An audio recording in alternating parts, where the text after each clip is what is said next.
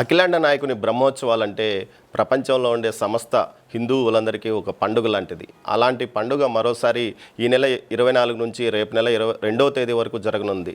అయితే బ్రహ్మోత్సవాలకు టీటీడీ ఎలాంటి ఏర్పాట్లు చేస్తుంది, భక్తులకు సామాన్య భక్తులకు ఎలాంటి వసతి సౌకర్యాలు, స్వామివారి వాహన సేవలో పాల్గొనడానికి ఎలాంటి సౌకర్యాలు కలుగజేస్తుంది, అదేవిధంగా మూల విరాట్ దర్శనాన్ని ఏ విధంగా కలుగజేస్తుంది, ముఖ్యంగా భక్తులందరికీ ఆహ్లాదం కలిగించే విధంగా అలంకరణలు ఏ విధంగా ఉన్నాయి, అదేవిధంగా మొత్తం మీద ప్రపంచవ్యాప్తంగా కోట్లాది మంది భక్తులు పరోక్షంగా ఈ వాహన సేవలను వీక్షించనున్నారు. ఇలాంటి వాటి కోసం టీటీడీ ఎలాంటి ఏర్పాట్లు చేస్తుందన్న విషయాల మీద మనతో మాట్లాడడానికి టీటీడీ చైర్మన్ బిఆర్ నాయుడు గారు మనతో ఉన్నారు. ఆయన అడిగి మరిన్ని విషయాలు తెలుసుకున్నాం. సార్ నమస్కారం. ఓం నమో వెంకటేశ్. సార్, మొట్టమొదటిసారి అంటే మీరు మీ పాలక మండలి ఏర్పడిన తర్వాత మొట్టమొదటి బ్రహ్మోత్సవాలు ఎలాంటి వాహన సేవలు కానీ బ్రహ్మోత్సవాలకు కానీ ఎలాంటి ఏర్పాట్లు చేస్తున్నారు? చాలా బ్రహ్మాండంగా జరుగుతున్నాయండి. ఎప్పుడూ కని విని ఎరుగని రీతిలో ఏర్పాట్లు చేస్తున్నాం. రాబోయే రోజుల్లో మీరే చూస్తారు ఈ బ్రహ్మోత్సవాలు ఏ విధంగా జరగబోతున్నాయనేది. ప్రతి ఒక్క చిన్న విషయంలో కూడా మేము శ్రద్ధ తీసుకుంటున్నాం. గతంలో కొన్ని ఏదైనా చిన్న చిన్న పొరపాట్లు జరిగి ఉంటే దాన్ని కూడా దృష్టిలో పెట్టుకొని అలాంటివి ఏమి జరగకుండా జాగ్రత్తలు తీసుకుంటున్నాం.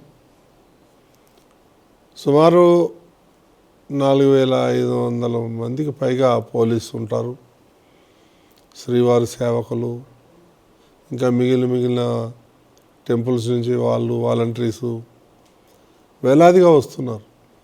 కాబట్టి ఎలాంటి ఇబ్బందులు ఉండవు.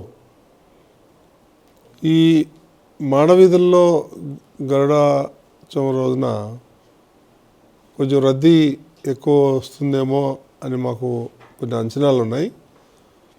దానికి అనుగుణంగానే మేము ఏర్పాట్లు చేస్తున్నాం. సుమారు 8 లక్షల లడ్డుల్ని అందుబాటులో ఉంచబోతున్నాం. అదేవిధంగా అన్నప్రసాదాలు అయితే ఉంది. వచ్చిన భక్తులకి ఫ్రీగా water, snacks, tea, coffee, milk ఇవన్నీ కూడా ఎవ్రీ 2-3 అవర్స్కి సప్లై చేయాలి ఉచితంగా అనేది నిర్ణయం తీసుకున్నాం. కాబట్టి ఈ మాడవీధులను కూడా చాలా అద్భుతంగా వాళ్ళు అలంకరించడం జరుగుతూ ఉంది. విద్యుత్ దీపాలు అయితే ఏముంది, పుష్పాలతో అయితే ఏముంది. అదేవిధంగా ప్రతి ఒక్క కూడళ్లను పెద్ద పెద్ద ఎల్ఈడి స్క్రీన్లు పెట్టి వాళ్ళకి దర్శన భాగ్యం కల్పించాలని నిర్ణయం తీసుకున్నాం. అదేవిధంగా ఈ సీసీ కెమెరాలు కూడా ఇప్పుడున్న వాటికన్నా అదనంగా తీసుకొని ఎక్కడైతే కమాండ్ కంట్రోల్ రూమ్ ఉందో దాన్ని అప్గ్రేడ్ చేసి ఎప్పటికప్పుడు నిఘా పెట్టి ఏదైనా చిన్న అవకతవకలు జరిగితే దాని మీద వెంటనే స్పందించడానికి వీలుంటుంది. మొట్టమొదటిసారిగా ఇస్రో వాళ్ళు లేటెస్ట్ టెక్నాలజీతో వాళ్ళు మానిటరింగ్ చేయబోతున్నారు, క్రౌడ్ మేనేజ్మెంట్.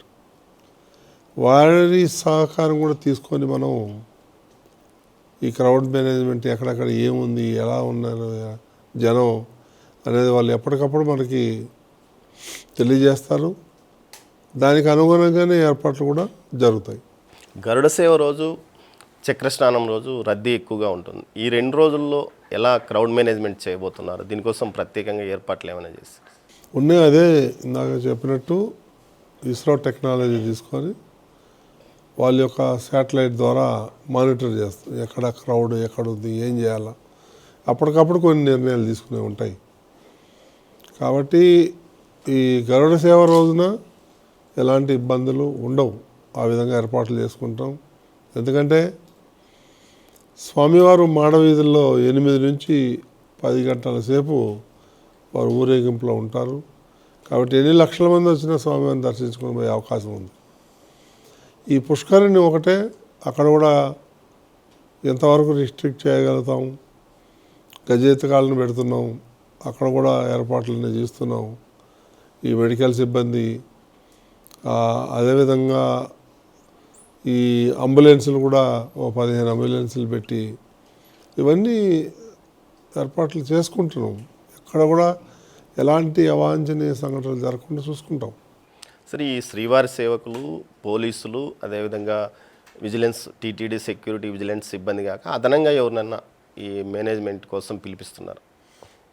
మనం పిలిపించక్కర్లేదండి, వాళ్ళే వాలంటరీగా వస్తున్నారు. ఆర్గనైజేషన్స్ నుంచి చాలా ఎక్కువ మంది వస్తున్నారు, వేల సంఖ్యలో వస్తున్నారు. అన్నదాన సత్రంలో కాకుండా బయట కూడా ఈ బ్రహ్మోత్సవాల సందర్భంగా ఏదైనా బయట కూడా అన్ని చోట్ల వాళ్ళు సేవలు చూసుకున్నాం, ప్లాన్ చేస్తున్నాం.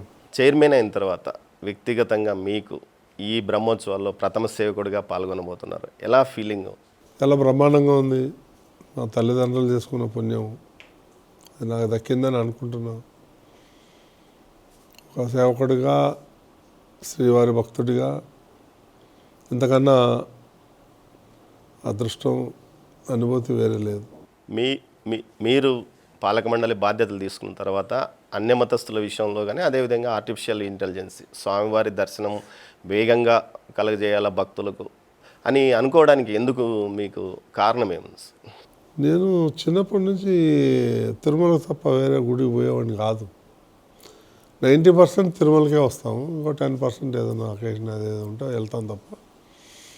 మాకు చిన్నప్పటి నుంచి ఈ టెంపుల్ అంటే మా కులదైవం వెంకటేశ్వర స్వామి అని భావిస్తాం మేము. కాబట్టి ఆ విధంగా స్వామివారంటే మనం ఏమన్నా కష్టాలు వచ్చినా, సుఖాలు వచ్చినా స్వామివారితో పంచుకుంటాం.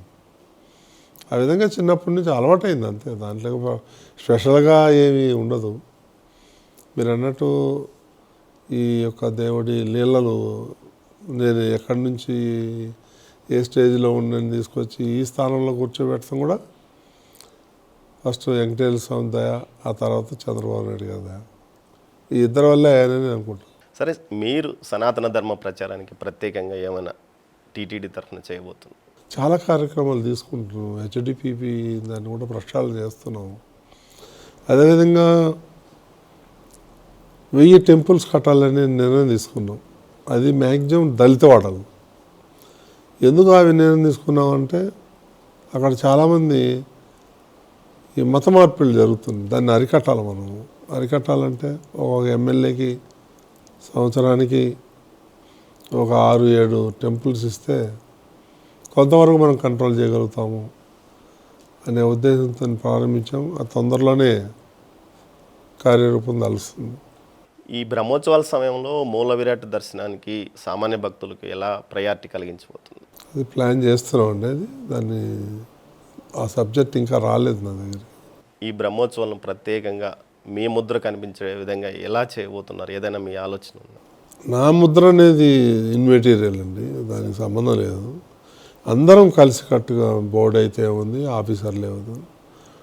నా ఉద్దేశంతో ఇప్పుడు ఎవరైతే ఎగ్జిక్యూటివ్ ఆఫీసర్ ఉన్నారో బాగా డైనమిక్ ఆఫీసర్. ఏదన్నా ఒక ఇష్యూ ఉందని చెప్తే విదిన్ నో టైం కన్క్లూజన్కి వస్తూ ఉంది. అంటే యాక్షన్ చాలా ఫాస్ట్గా ఉంది. అటువంటప్పుడు మాకు కూడా చేయాలనే ఉత్సాహం వస్తుంది. లేదా ప్రతిదీ మేము బోర్డులో తీసుకున్న నిర్ణయాలన్నీ నాంచి ఇది ఎందుకు, అది ఇంకా బోర్డు ఎందుకు అవసరం లేదు కదా. బోర్డులో తీసుకున్న నిర్ణయాలు ఈజ్ ఫైనల్. నేను ముఖ్యమంత్రికి కూడా అదే చెప్పాను నేను. సో ఆ విధంగా ఇప్పుడు టీటీడీకి మంచి రోజులు వచ్చినాయి.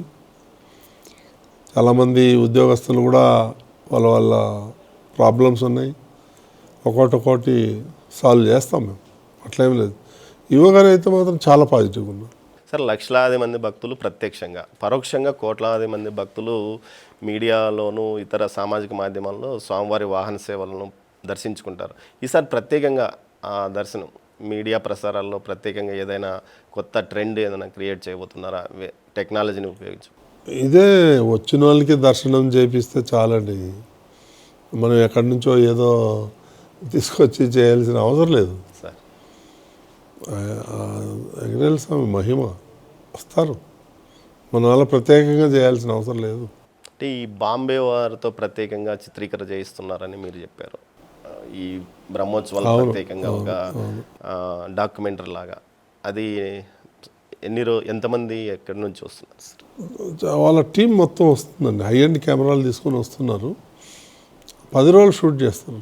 ఇప్పుడు కొన్ని పాటలు వస్తాయి, ఓం నమో వెంకటేశాయ, అది అంతే. అది ఆ విధంగా అసలు నేను చెప్పలేని మాటలో వారి యొక్క అంత పెద్ద డైరెక్టర్ వస్తున్నాడు, ఆయన దగ్గరుండి ఇవన్నీ షూట్ చేసి ఓ 10 ఎపిసోడ్లు ఇస్తాం. అది టీటీడీ ప్రాపర్టీ అవుతుంది, అన్ని రైట్స్ టీటీడీకి. అది చూస్తే వెంకటేశ్వర స్వామి ఒక 100 రెట్లు ప్రతిష్ట పెరగచ్చు, అన్ని కైంకర్యాలు జరుగుతూ ఉంటాయి ఇక్కడ. కానీ జనరల్గా 90% జనాలకి తెలియదు ఇక్కడ ఏం జరుగుతుందని. దానివల్ల మొత్తం ప్రపంచానికి చాటి చెప్తాం. పెద్ద ప్రాజెక్ట్ అది, టీటీడీకి రూపాయి ఖర్చు లేకుండా వాలంటరీగా వచ్చేస్తున్నారు. అంత భక్తులు ఉన్న జనానికి నిజంగా హ్యాట్స్ ఆఫ్ టు దెమ్.